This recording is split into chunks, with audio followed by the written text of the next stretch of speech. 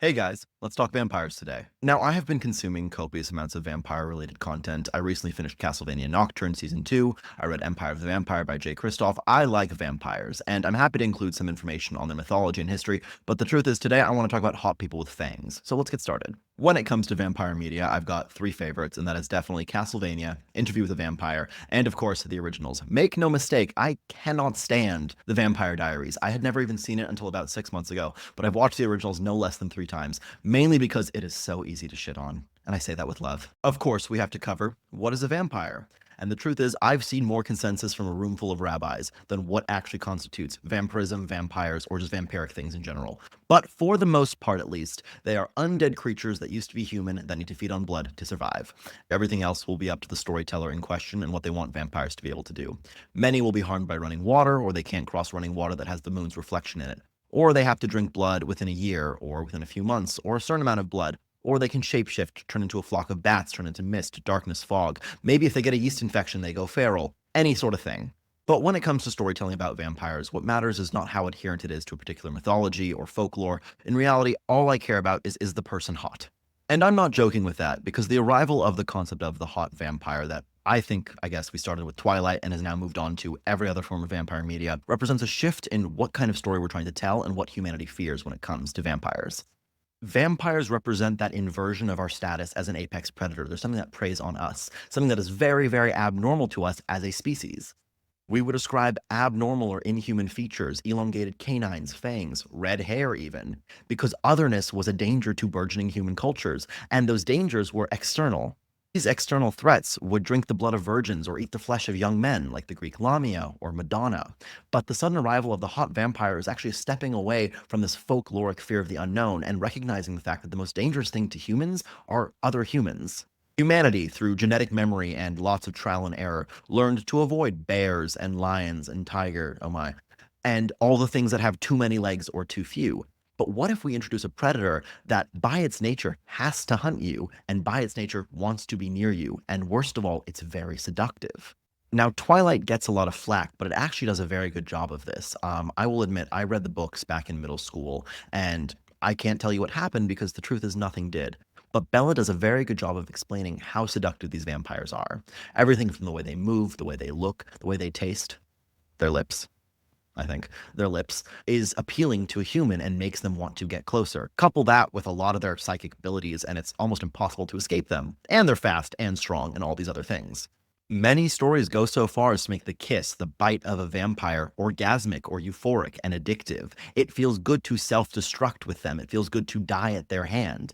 Couple that with the fact that that's typically how you become a vampire, that appealing draw of potentially becoming immortal and beautiful and powerful forever. And it's the call of the void. It's asking you, are you willing to take this risk?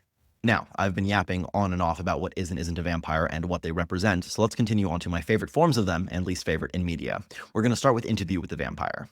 Now, when it comes to my love for Interview with the Vampire, I want it to be known I know the book is weird as fuck. I have not read it. I am talking about the TV show where the sexy people who happen to be immortal vampires emotionally traumatize each other for centuries. Okay, disclaimer done. But I think what is so stunning about this show is that it does an excellent job of proving the difference between protagonist and good guy, essentially creating an unsympathetic protagonist. Louis de Pointe du Lac goes to extraneous efforts trying to paint himself as a victim of Lestat. And Danny Malloy's entire character arc is him going bullshit, like it was his job. And it's fantastic. The vampires of the show are terrible people. That is point blank period, the entire premise here. They are serial killers. They harm their own families, whether that is their immortal family in their vampire nests or the family they left behind. They suck. They hate each other. Tell me more. Daniel Malloy refuses to allow Louis to try to paint his vampiric family as something that is emotionally damaged and needs reconciliation. His whole shtick is, you don't get to be swept up by a seductive man, kill thousands of people through the centuries, try to kill him, fudge it on purpose, go back to him, have your life ruined 17 different ways, have him kill your daughter, and then complain as if the consequences of your own actions weren't inevitable. And while Interview with the Vampire is one of the older, modern examples of vampire novels, it now serves as an inversion of the ethical vampirism trope. What do I mean by the ethical vampire trope? I am so glad you asked, stranger deep cleaning her apartment. This is typically a trope meant to humanize the vampire, for lack of a better term, wherein they either don't kill people, or they'll only kill bad guys and specifically to defend the love interest. Interview doesn't bother with this. Louis kind of does, but Lestat, Claudia, and the general vibe of the show makes it clear that it's a futile endeavor. Vampires are going to kill humans. They're not going to restrain themselves. They're not going to pick targets based on ethics. They're just going to freaking eat. Even their revenge plots against the people who wronged them aren't particularly noteworthy as well executed. It's just a bunch of vampires brutalizing men and women who they've deceived for decades. Assholes, to be sure, but no more or less than the vampires killing them. Louis attempts to repaint himself as ethical when meeting Daniel for the second time, claiming he hasn't killed people in, I think he says years, probably decades. But I call bullshit. That man is not telling the truth and never has. The story even goes so far as to try to paint Armand in the modern day as an ethical vampire. He doesn't kill people. He kills crypto arms-dealing billionaire 20-year-olds, human scum, people no one will miss. But then we find out that he was directly responsible for murdering Claudia. He planned it, and he was lying to Louis the whole time. He's a dick. There are other more subtle ways that the vampires are depicted as the bad guys throughout the series, and you can look no further than Claudia's relationship with her friend Madeline. Madeline is known as a horizontal collaborator, one of the many women, French women, who slept with German officers during the occupation in World War II. Following the end of the war, they were horribly mistreated by their fellow Frenchmen. You could argue whether or not the women deserved this treatment because they turned their backs on their fellow Frenchmen. I'm going to point out that if the French bothered fighting the Germans in the first place, this wouldn't have been an issue. Now, from Madeline's perspective, she let a scared 18-year-old boy going off to war feel her tits. Whether or not he was a member of the Einsatzgruppen, we have no idea. But the point is, she goes from sleeping with the enemy to sleeping with the enemy. One enemy of humanity to the other. The vampires we see associate with bad people because they're also bad people, and they're happy to murder bad people, but that doesn't make them better people. Now, when it comes to the quality of vampire we see in the show, I have to give it 10 out of 10, 5 stars, whatever you want to call it. They have cool powers. We see abilities like pyrokinesis, flight. They have the sunlight weakness, and they actually have the unique ability to gain more abilities by draining other vampires, as we see with Lestat. I don't want to go too far into spoilers. Side note, actually, for our ACOTAR girlies, I am so anti live action adaptation of the A Court of Thorns and Roses series.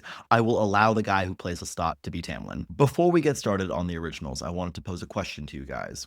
Do you think you could handle immortality? I know many people are going to say no. I've always been of the mindset that you're gonna die anyway. You might as well have the opportunity to do everything you want to. You don't die willingly now. You might as well have it be a complete fucking accident. Of course, if you have to kill people with your mouth the whole time, it might change your opinion a little bit depending on your stance on things like murder and murder. But I do think it goes to show why there's such a difference in the morality of Interview with a Vampire compared to so many other characters that we see, because it's honest. There's no way you're going to maintain a sort of connection to humanity after centuries of bloodshed. It's not possible. It's momentum and habit at that point. Now, when it comes to an immortal society like the vampires that we see, I'm of the mindset and belief that cultural practices would actually go very far in guiding behavior within the community. And they kind of try to do that. Anne Rice does introduce certain rules that we see with the vampire community, but there's nothing in regards to respecting life or that sort of thing. So hear me out. Plenty of cultures have standards for the treatment of animals and the preparation of livestock for food. You can see that with kosher, halal, any sort of Native American practice where you honor the animal and respect that it is a life that is lost. I would really love to see that in a vampire society. This belief that they are above humans, but in this narration that they are livestock, there is a moral and cultural impetus to take care of that livestock. Given my own knowledge of Jewish halakha, rabbinical law, being a kosher vampire is a bit of a gray area, actually. Blood is unkosher, but you're allowed to break the laws of kashrut in order to survive, as long as you don't kill someone. You need a soul in order to practice, and according to Interview with a Vampire, vampires are possessing their own corpses, so you're good on that front. So as long as you don't kill your victim, don't drain them completely, you're chill on the blood thing. Now, this is neither here nor there because Interview with the Vampire is not in public domain, but once it gets there, please keep an eye out for Interview with a Kosher Vampire by Daniel Alexander. I'm going to give you a spoiler warning now. He's the fiddler. I have beaten that horse dead, so we're done with Interview with the Vampire. Let's move on to the originals. Now, buckle up, motherfucker, because Jesus do I have something to say. I like this show a lot. It is fucking stupid. I'll let you sit with that for a minute. It is so dumb. So many things they do in this show. And the truth is, no, there's no truth, actually. It's just fucking stupid. For those of you unfamiliar with the original premise of The Vampire Diaries, which is the prequel series to the original, essentially you have Twilight, but things happen. You have the main character, whose name I've already blanked on, but who's absolutely gorgeous because she's played by a 25-year-old supermodel and pretending to be 18, falling in love with another 25-year-old supermodel pretending to be 18. But in reality, he's like a 300-year-old vampire. And it's just the story of their escapades as she slowly falls in and out of love with him and his brother. Meanwhile, the backdrop of all of this is her best friend Bonnie never catching a fucking break. That woman is done so dirty throughout the entirety of the show. If you prefer to skip the high school bullshit and go directly into man-children bullshit, thousand-year-old man-children bullshit, you can go to the originals. There is nothing I lost by not watching the Vampire Diaries. The originals focuses on the first vampires on the planet, the people that were initially turned by their mother who was a witch, and all the drama and bullshit that has happened in the 1,000 years since then. It is great. It is crap. It is awesome. It is garbage. I love it. When it comes to the portrayal of vampirism itself, I really like the concepts the originals introduces. This includes stuff like the weaknesses of vampires are derived from the ingredients of the spell that made them in the first place. They also created the daylight ring, which is a witchcraft-made object that allows vampires to walk in sunlight. They're also really hot. To elaborate a bit on the weaknesses of a vampire, know that lesser vampires are far more susceptible than the originals. Sunlight, stake, decapitation, all the usual stuff, that will kill a normal vampire. It will not touch an original, and you need a white oak stake, which becomes a very important plot point throughout this series. Now, the white oak tree was a symbol of immortality and an original ingredient in the spell that created vampires. As such, major weakness. So the originals burned it to the ground. The ashes of those actions, though, were forged into silver daggers that could render them comatose without killing them. Those damn fucking daggers lead me to my least favorite character in the entire series, Klaus, problem creator Michelson. But Daniel, I thought you liked hot people. I do, when they're not dumb as a bowl of rocks. And unfortunately, Klaus Michelson, who is a vampire werewolf hybrid, because of course he is as dumb as his jawline is sharp. You can quote me on this. This man is the source of quite literally every major conflict in the show. And the only reason why his own siblings haven't fucking killed him is because they have to have Stockholm Syndrome. If Rebecca Michelson had written into my newsletter, the Crone would have shot Klaus. The Crone would have burned New Orleans to the ground, making sure that motherfucker didn't exist anymore. I hate him. Rebecca spends literally 1,000 years falling in love with new boyfriends, having them get murdered and then getting daggered. And that's not some fun Urban Dictionary term. That's what you call it when your brother sticks a magic knife in your chest that leaves you in a coma for centuries. Nowhere along this 1,000 years of tortured existence, of the sibling equivalent to a boy mom, does Rebecca ever consider working against him, and it drives me up the wall. Now, again, I do like this show, but it does suffer a bit from what I call supernatural syndrome, where every villain in each season is the worst threat they've ever faced. So it gets largely more ridiculous as it goes on. You kill Steve, you have to deal with the god that created Steve. You kill the Steve creating god, you have to deal with the Steve creating god's sister, etc., etc. It just becomes fucking absurd. Every single villain in this show exclusively has beef with Klaus Michelson, and it's always a very valid reason. This dude has murdered hundreds of thousands of villages, killed so many people preemptively. You know, this isn't the equivalent of some guy making a political or military campaign. Dude was disrespected in a tavern, so he killed someone's entire family and then turned that guy into a vampire so he would be immortal and never be able to see them. In fact, multiple villains actively approach the other originals and go, hey, I have no beef with you, but your brother killed my wife. Stay out of it. And for some reason, they have to get involved. Speaking of, meet Elijah Michelson, a man who is such an enabler. I'm 90% sure he's a maternal ancestor of mine. His sole job in the original series is to wipe his fingers delicately with a handkerchief because he's a gentleman vampire, and also enable Klaus and justify all of his heinous actions. Elijah never reaches a point where he actually blames Klaus for the fact that his brother's personality sucks. He watches multiple lovers of his get murdered by his brother and still manages to find a way to have a relationship with him. He gets his mind wiped about his family and still manages to find his way back to dealing with their bullshit. And finally, when Klaus has to die, Elijah goes with him. 1,000 years of babysitting your brother, and you cannot live life on your own. Are you sure you aren't my mother? Obviously, if there were no issues, there would be no show. But it's very frustrating when every issue can be traced back to the actions, the stupid actions of one specific character. What's even more annoying to me is I've actually done the math. It is very easy to live as a vampire peacefully without causing problems. Fatal blood loss is about 1/2 to 2/3 of the blood in your body, or about 3 to 6 pints in an adult male. In the originals and the Vampire Diaries, the desiccation of a vampire is quite slow, and they feed about 2 to 3 times a week, or about 9 to 18 pints of blood to remain healthy. The average person restores a pint of blood in about 24 hours, meaning you can have people showing up in groups of 3s and 4s every other day and survive completely healthily by taking a single pint of blood from each of them. You don't even need to put in that much effort. You can go to any gay bar in West Hollywood and you will find dozens of people willing to let you bite them on the neck. Don't fuck or kill anyone's wife or husband. Don't turn your enemies immortal. Don't hunt clans or kill a bunch of witches, and you will have no goddamn problems for the rest of forever. Now, what I'm really getting at here is the fact that Klaus is a goddamn waste of immortality. He's bad at being immortal. Don't get me wrong, Klaus had a hard upbringing. So did every other child born in 1004 AD Viking-era Sweden. And yeah, his father hated him because he wasn't his actual biological father and his wife had an affair. But you got to kill him like 4 times. What more catharsis do you fucking need? If you still have daddy issues after 1,000 years of being independent, step into the fucking sunlight, okay? I don't even waste time thinking about people I went to high school with. Why are you still stuck on who bullied you during the Black Death? Now, some more empathetic factions might go, Daniel, aren't you invalidating his feelings? I absolutely am. His fifis are stupid. You killed the one therapist, the one character willing to hold you accountable. You suck. And the thing that kills me is the shit he's working for in the first place, where he's surrounded by enemies that he created, is for fucking bullshit. You want to run New Orleans? Why? 1,000 years on this planet, and your life's purpose is extreme municipal administration. Motherfucker, travel. Learn Tagalog. Study under Julia Child. Something. He wants to be in New Orleans because he has such fond memories of daggering his sister and daggering his brother and killing people. Remember, he is half werewolf, so he doesn't even need a daylight ring to go out in sunlight, because apparently dogs can't get sunburns. This man's entire shtick was, nobody harms my family. You've been harming your family for several centuries. How dare you hold me accountable? Stab. It's just such a waste of a character's potential motivations and desires. Personally, I want to be Flo Rida famous. I want a shit ton of money and be completely unrecognizable. But if you coupled that with immortality and invulnerability, you'd never see me again, because I'd be spending the rest of my life vacationing and doing shit I want to do, not taking over a small city. Do you understand how much of an obnoxious travel influencer I would be if I knew in my heart of hearts that I could survive a plane crash in the worst case scenario? I plan on being one anyway, but I'm just saying. Okay, admittedly, I might wage war in Quebec, but that's because I'm Canadian. It's kind of a moral obligation at this point. We've spoken about vampires I love. We've spoken about vampires I kind of can't stand. Let's talk about vampires that make me fucking horny.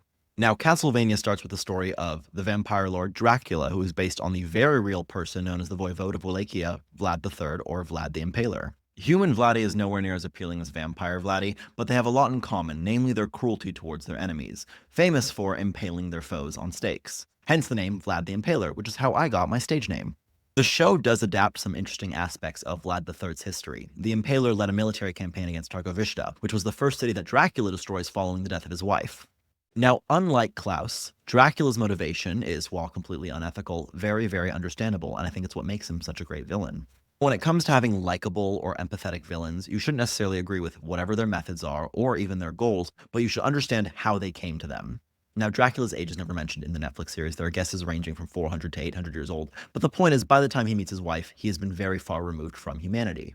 Now, before someone mentions it and asks, Daniel, isn't Niklaus also far removed from humanity because he's been alive for 1,000 years? No, he's a fucking dumbass and I refuse to defend him. Niklaus unnecessarily embedded himself in every society and culture and killed his way through all of them. Meanwhile, Dracula made the equivalent of an unwelcome mat with thousands of impaled bodies at his doorstep trying to ward people away. Leave him the fuck alone. And people didn't listen. Now, one such person is Lisa of Lupu, who wants to be a doctor and knows Dracula has access to forgotten knowledge. So she travels to his castle and says, hey, teach me to be a doctor, and I'll teach you to respect humanity. I'm also going to point out that Dracula is portrayed as a sympathetic villain, someone whose motives we don't agree with but understand why he has them. Meanwhile, Klaus is portrayed as the protagonist, the one whose motives are pure and who we should root for, when in reality, all of his obstacles in trying to protect his family are because of shit he did in the first place. In any case, Lisa gets burned as a witch, and obviously Dracula, who eventually finds out that his wife had been kidnapped and murdered, doesn't take it particularly well, and so he vows to purge the world of humanity. Now, is this a normal response? It depends on how deep you are in book talk, but it's a very understandable one, and it's interesting to note that Dracula stops eating, he stops sleeping, he loses interest in the world, he has a very human showing of grief while actively trying to wipe out humanity. Dracula's actions amount to the combination of a love letter and suicide note, as noted by Carmilla of Styria, another vampire, who points out that if he wipes out humanity, vampires will have nothing to eat. Now, obviously, this doesn't matter to Dracula because the world is at fault for the situation he's in. Lisa died at the hands of humanity, but the rest of the world let it happen, and so he wants to wipe it clean. It's romantic, it's sad, and it's made all the worse because Dracula has a son by Lisa by the name of Adrian Tepesh, who goes by Alucard, and he's a defender of humanity. This eventually culminates in a massive fight between Dracula and Alucard, and they end up in his childhood bedroom in Dracula's castle, and Dracula kind of snaps back to himself. And he talks to Lisa as his final words, saying, "I'm killing my boy. I must already be dead." And Alucard makes it happen. The man recognizes all of the evil he had wrought and the fact that he had to be punished, and his son has to deliver the punishment. And what if I just collapsed and cried here for the next 35 minutes? Side note, that is season 1 of 4, and there's another 2 seasons and a spin-off.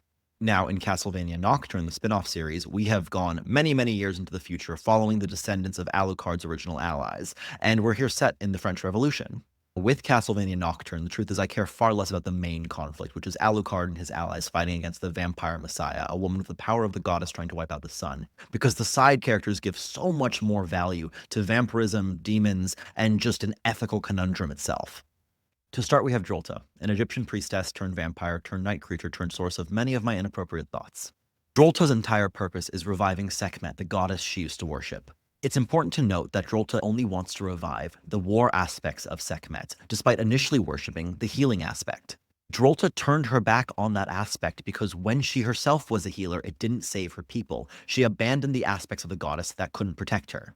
Now, her actual intent in handing the power of an Egyptian goddess to a crazy white woman, I couldn't tell you. But we see this abandonment of her savior play out with Elizabeth Bathory, the aforementioned vampire messiah, who when she fails, Drolta ultimately kills her herself. Furthermore, we can look at the moral quandaries of the night creatures, which aren't technically vampires, but I think they're important to include here. Edouard dies and comes back as a night creature, retaining key aspects of his personality as well as his talent as an opera singer. Cannot stress how hauntingly beautiful the music in this show is. I would kill for this man's voice actor to have a Spotify album, but I digress. Regardless, Edouard continues to sing. He's a relatively non-violent night creature, and despite the fact that he's regularly beaten for it, he continues to perform. And when he's asked why, he says it's because it makes him feel free and alive. This has a profound impact on many of the other night creatures, and it's actually quite similar to Isaac's revelations from the original series.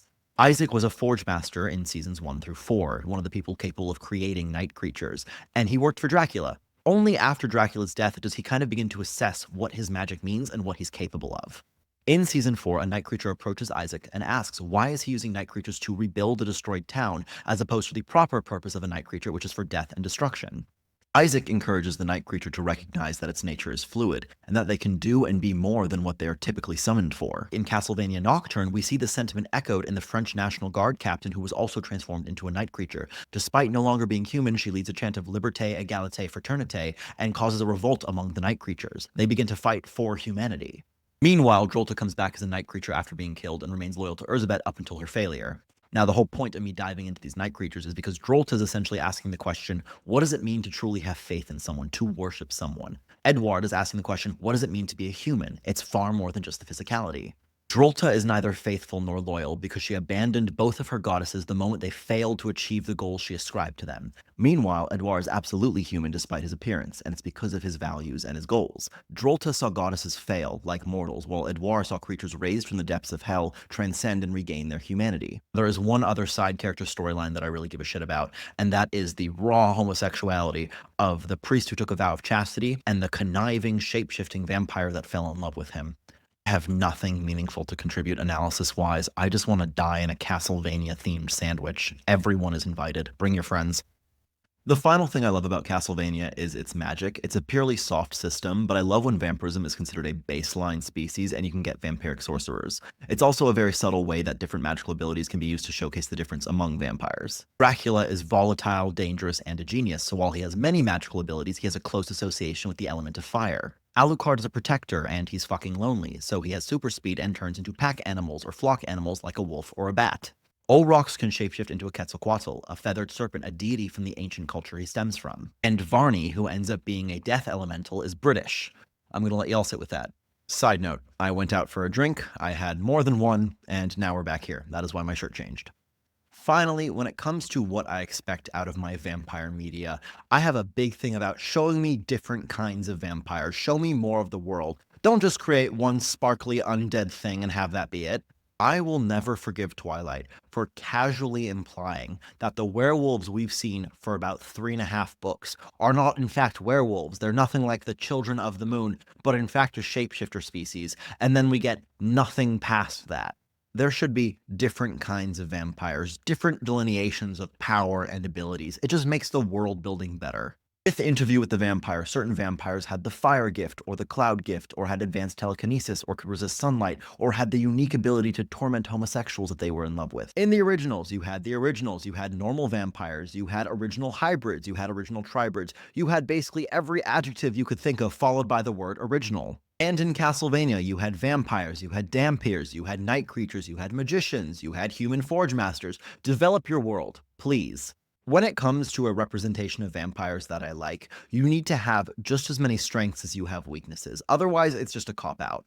If you want your vampire to twinkle in the sunlight, it's because you're too lazy to come up with a plot point that actually has stakes. There are enough people on this planet who are flawlessly gorgeous, physically perfect. Margot Robbie, Henry Cavill, Michael B. Jordan. If you want to take that and add super strength, maybe the ability to fly or blow shit up with their mind, they should burn in sunlight. I should have something on them. I do love if you can also introduce magical abilities because it gives you something more than just baseline vampire powers. I promised I'd share my favorite examples of vampirism outside of these shows, and so we're going to cover that, obviously. One of them is a book, one of them is a video game. Many of you are here because you're looking for book recommendations. If you are, I highly suggest checking out my newsletter, The Valfakin Times. But when it comes to a book where I just love the vampirism shown, it has to be Empire of the Vampire. We get asked the question, what if the vampire hunters have lost? And so we get the story of Gabriel de Leon, the last Silver Saint, as he shares his story with a vampiric historian before being executed by the queen of the vampiric court. He is going to be a footnote in the slow death of humanity, in a time when the sun no longer kills vampires because of some fucking reason that we have to discover. In the map of Elidean, the world of Empire of the Vampire, we hit pretty much everything I like. Vampires have very specific weaknesses, and there are 4 different lineages, each with different powers. There's also the unique concept of vampires being unable to purposefully turn someone. When a vampire drains and kills someone, they may rise within hours as a high blood. They may rot and rise as a foul blood, a kind of zombie, or they may not rise at all. But one thing unites them across all 4 vampire lineages, and that is the inability to view humanity as anything other than food. It doesn't matter how kind someone was in life. In undeath, they are hedonistic, they are psychopathic, they are evil incarnate, and if you do not destroy them, they will destroy you. And through all of this, vampires are not the exclusive threats to humanity. Basically, the story is asking, what if you were hot, the art is gorgeous, and nobody was having a good time? I waited 3 freaking years for the sequel, and it hit every point I wanted out of it. I was reading it in a truck on a safari in Kruger National Park. It is French-inspired, but no book is perfect. Now, when it comes to my favorite vampire example in a video game series, that has to be the Blood and Wine expansion of the Witcher series. In this series, vampires are a non-native species, having arrived on this planet through the conjunction of spheres, and more importantly, it introduces the concepts of the lesser vampires, which are bat-like creatures that feed off of flesh and blood, and the higher vampires, which are practically human. Or at least, each higher vampire is indistinguishable from humans when they want to be. They have bestial forms, they're shapeshifters, but they can take them at will. Interestingly, they don't need to consume blood to survive, but it has an almost alcoholic-like effect on them. They do have numerous cultural and religious practices surrounding blood and the full moon. Additionally, every single higher vampire has abilities unique to themselves, meaning if you make one your enemy, you have no clue what the fuck kind of trick they're going to pull out. But my absolute favorite part about the higher vampires in the Witcher series, and I know what I've ranted about previously, is the fact that they only have one true weakness, and that is they can only be truly killed by a member of the same species. Basically, anyone who thinks it's better to be any other mythological creature is fucking lying. Vampire all the way.